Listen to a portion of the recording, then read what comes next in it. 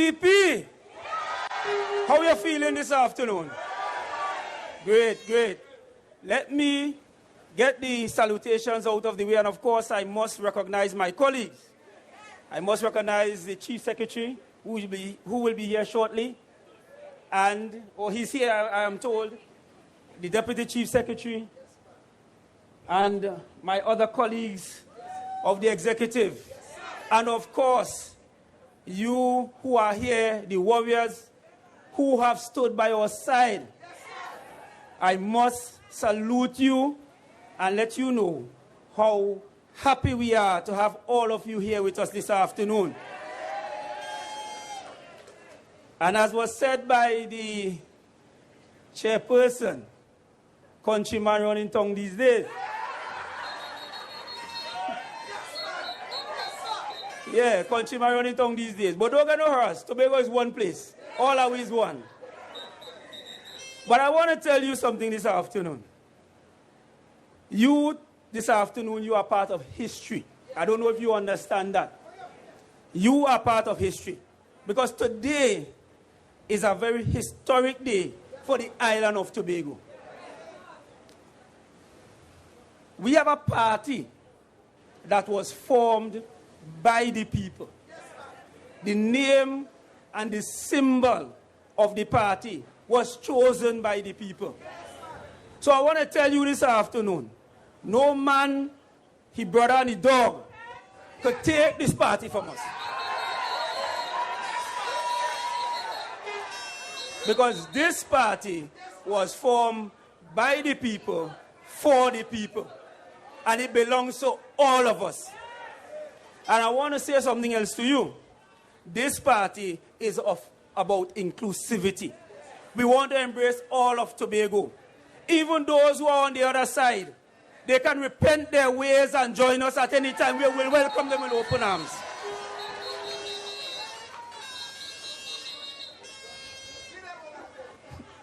We are on a journey. We are on a journey that we have started to transform Tobago into the greatest little island on the planet. Child by child, family by family, and village by village. But I want to say to you that nothing happens by chance. And all of the things that we have experienced, the journey has been rough. There are many things that have been happening, and you all know a lot of what has been taking place in this space. But with God at our side, we have been able to withstand all the attacks that they have thrown at us. And we will continue to persevere. And what you would have noticed today, we started our meeting by praising God. Because with everything that we do, we put God at the center of all that we do. I am of the firm belief that this executive was chosen to deliver Tobago out of bondage. And I use that word deliberately. Out of bondage. Because we have to understand that we have to fight for Tobago and Tobago's future. We have to fight for it. It is not going to be given to us easily. And we have to fight and make sure that our voices are heard. And when I say that, I am not talking about the executive who's sitting on this stage. I am talking about each and every one of us from Tobago, those of us who love Tobago.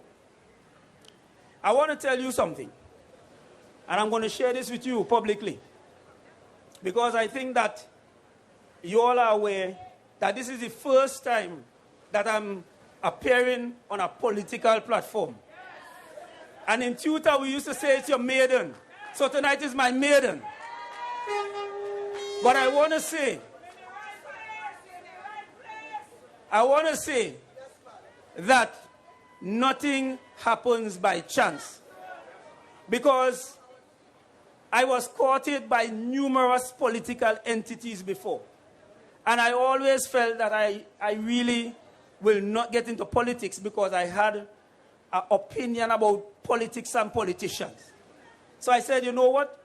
I am not going to get into that. But when God has a plan for you, you could run east, you could run west, you could run north, you could run south. He is going to catch up with you. So that on the morning of the 9th of December 2021, I was at home with my wife, just about, I think I was going to have breakfast or something. And I got a phone call. I got a phone call from the only gentleman who could convince me to be a part of the TPP.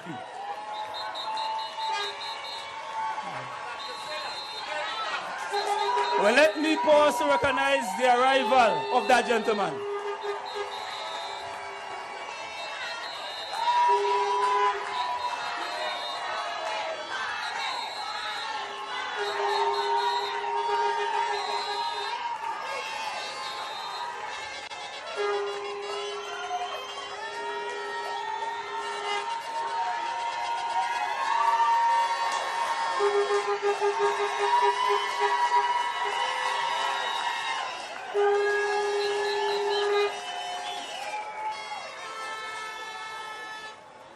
And just as I was talking about the phone call, and just as I was talking about the only person who could have convinced me to get into politics, he arrived. So I got that phone call, and I said, Lord, Father Jesus, I don't know if I wanted to do this and make this move. So I consulted my wife. You know, I had to talk to the wife. And I consulted a very good friend of mine. And I said, I am going to do it. And you know why I decided to do it? Because I recognized that a new breeze was blowing in Tobago. I recognized that there was change on the horizon of Tobago. I was one of the persons who advocated for teachers in Tobago and change and improvement and so on. And I have always said that if you're not a part of the solution, you're a part of the problem. So I felt that it was important now for me to be a part of the solution. So I decided that I was going to be a part of this team. And I have no regrets. And as I said earlier, there were rough times. There are rough times. There will be rough times. But one of the things about this team is that we have stuck together through thick and thin. We are going to continue to stick together because you know what? It is important for us to stay together so we can lead the delivery of Tobago. We need to deliver Tobago. But one of the things that I recognize when we started to try to treat with a lot of the issues, we recognize that many of the solutions were embedded somewhere in Trinidad. So we're trying to treat with issues for teachers and we have to go to the Teaching Service Commission. Where? In Trinidad. We want to deal with certain things for teachers. Where we have to go? The Ministry of Education in Trinidad. And one of the things we recognize is that the only way that Tobago can progress is for Tobagonians to be able to make decisions on critical matters that affect them. Other than that, we are going to be in trouble. And that is why it is so important for all of us, not just the people on this stage, all of us as Tobagonians to understand the importance of our autonomy and our self-determination. In 1995, I attended Valsayn Teachers College. And I remember back in those days, there was, I think it was a panorama. I'm not sure, Chief, you couldn't leave home them time, I think. It was the panorama. And during the July-August vacation, you couldn't get home from college. Pressure to get a ticket on the boat. And imagine in 2023, we are still having the same problem. If you try to book a ticket on the ferry or on the airplane, on the airport, I am almost certain you're not getting any ticket until late September, early October. What does that say for people of Tobago? What does that say if you have an emergency and need to travel to Trinidad. But I want to remind you something. And this is what I always say. Don't tell me that you care. Show me that you care. And if for so many years the people of Tobago have been having these issues, critical issues, I know that the Chief Secretary would have spoken extensively on this matter. And this is just one example of how we are treated with this scant courtesy. And then they tell you that they care about you. I want to remind you, just a few years ago, and this is something I want to talk about because it really bothered me. You all remember when we could only go to Trinidad on the barge with a car? All you all remember that? There was no ferry between Trinidad and Tobago. That hurt me as a Tobagonian. You all remember the position of our representatives at the time? So that I remember. So that our representative from Tobago, he say, we ain't suffering. We have harvest in Tobago. All you remember that? And then our Chief Secretary at the time, Mr. Charles, said, Tobagonian, you need to be patient. And I, as a Tobagonian, I wondered, I said, this is how Tobago people are treated? So that they said that they care about you. They said that if you have the same party in charge in Tobago and the same party in charge in Trinidad, you will be fine. Have we experienced that? No. Have we lived that? No, because things are still the same way. But now there's a difference. Because now you have a party that is going to fight for you. A party that is going to defend you. A party that will not allow persons on the other side of the pond to take advantage of you. And that is the difference. I remember again on the air bridge, there was the introduction of a $50 change fee. And at the time, many persons were going to Trinidad for their education and so on, and sometimes you had to change your ticket at short notice. Who did they consult? Did they consult anybody from Tobago? Did they look at how it affects persons in Tobago? They simply did it. And nobody bothered to ask you how you felt about it. So that recently, in the last budget, the cost of traveling between Trinidad and Tobago was again increased. Did anybody wonder or think about how it affects a Tobagonian? No. Right? And these are the things that I am talking about. And these are just some small examples. That if you are saying that you care, demonstrate that you care. Don't just tell us you care. We want to see in your actions that you really care about Tobago. But I want to tell you something. I'm seeing a very troubling trend happening right now. And I want to believe that it is the opposite.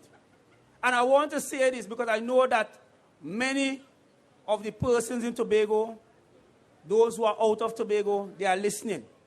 And I want to say this. It does not matter which political party you support. As a Tobagonian, you should always put Tobago first. Don't sell Tobago out. Because there are many of them who are selling us out.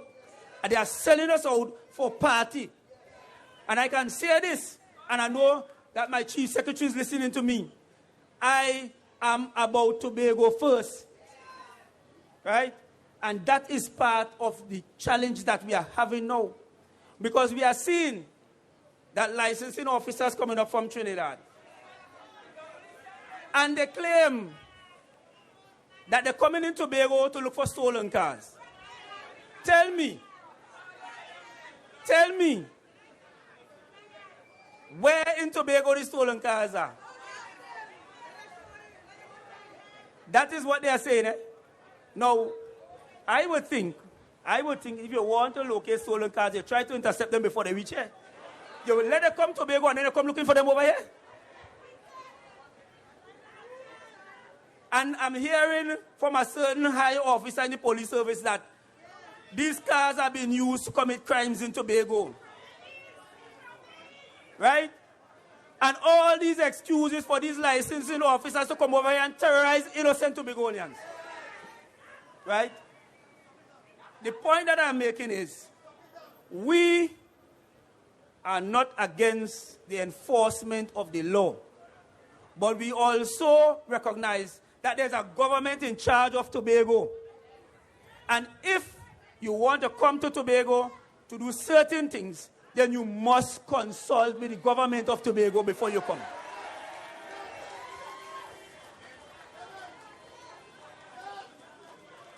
And to show you how they're disrespectful and dirty, while they were here, they had a meeting of stakeholders. I don't know who the stakeholders were. Because just imagine, you come into Tobago, where you have a government in charge of Tobago. And I know that we had a meeting earlier this year when there were some issues with crime, and we sat down with them, and the chief secretary was generous enough to give them resources. And we are not responsible for national security, but the chief secretary gave them resources to fight it. But you come to Tobago now to talk, but you're coming to fight crime. You have a meeting, a closed-door meeting, you didn't even talk to the public, and you invited nobody from the THE. So how you plan to come and fight crime in Tobago? Eh? And one of the things that we notice, it may be coincidental, but we don't think so. They always come in when you have activities in Tobago. So the last time, they come when it was jazz. This time, they come when it's Commonwealth Games. But one of the things I'm happy about, you all did well for the Commonwealth Games. Give yourself a round of applause. You all came out and showed them you ain't afraid of them. Now we see police officers coming to Tobago to investigate audio tape. All this white-collar crime taking place in Trinidad, millions going on here, there, everywhere. They're coming to investigate audio tape. They're going in secretaries' panty drawer to look for audio tape. I don't know what they expect to find. Digging up in the woman and then panty drawer to find audio tape. Tell me. Harassing the woman them left, right, and center. They're going in the division, harassing the administrator, harassing the workers. They have to copy everything for them. The limited resources that we have here, you have to be copying documents left, right, and center. They don't even know what they're looking for. And somebody told me that they're investigating teachers. I don't know how we hire teachers to spread propaganda. They're investigating tea and tech workers and all kind of things. So that even a blind man in the dark could see what's taking place. Right? But you know, one of the things that you know, I realize what's going on is an ego thing, you know. It's an ego thing because it was mentioned that he have a bigger kennel. But I want to say something. I don't know about them, but my chief secretary in no kennel. My chief secretary in no kennel. So if it is that he have a big kennel in Trinidad, he could keep a kennel for himself. My chief secretary has no kennel. Because one of the things is this. We are not about ego. We are about representing the interests of the people of Tobago. Now, people say, I heard this sometime, and I'm not sure how accurate this is, and I don't subscribe to this, that we have a prime minister who's a Tobagonian. You all agree that? Because I want to know. We have a prime minister that is a Trinidadian that was born in Tobago. That is who we have. Because does the prime minister know how you feel when you go on the airport and can't get a ticket? You know, he know about that. How do we benefit from him being a Tobagonian or quote-unquote Tobagonian? Have we benefited anything? Yes, we benefited something. We are being punished now because you believe that we shouldn't have voted paying him. That's what we're benefiting.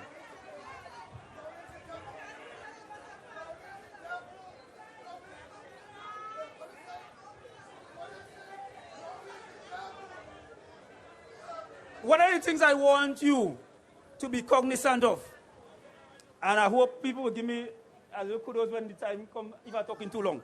But I just need to say this. You see these people? I am so happy that I never made a mistake there. Because if I did make that mistake, I don't know how I would make it. Because they have two faces. One in the public and one outside. So when they're coming to us, they talk to us nice. But behind my back is jammings. It's real jammings. But one of the last things I want to say, because I just been given the sign to wind up and I don't want them to turn off the mic on me. Mr. Orville London was my principal when I was in Compre. And I was the head boy. And one of the things that I agree with him is this. Performance beats all talk. And I want to say this to Tobago and Tobagonians. Don't be like the dog and the bone. You have received more in every single division in a year and a little bit than you have received over the last 21 years. Be patient. More will come to you. You have received more in health, education, settlements. Think about the number of grants you get. Think about how much we spent on schools. Think about the number of surgeries doing in health. I could go on and on and on. And this is not what I say. You could check it out. They like freedom of information. Let them go and find that and give it to you. But in wrapping up, I want to implore you as Tobagonians who love this island, right? I want us to come together and fight for this island because it is important. I know that they will be unwilling to give us more autonomy. You know why? Because when they look at what we have done with the little resources that we have been given, they're afraid. But this is not about us. This is about the people of Tobago. And at another time, I will come back to you, and we're going to have more discussions. TPP warriors! TPP warriors! Stay strong.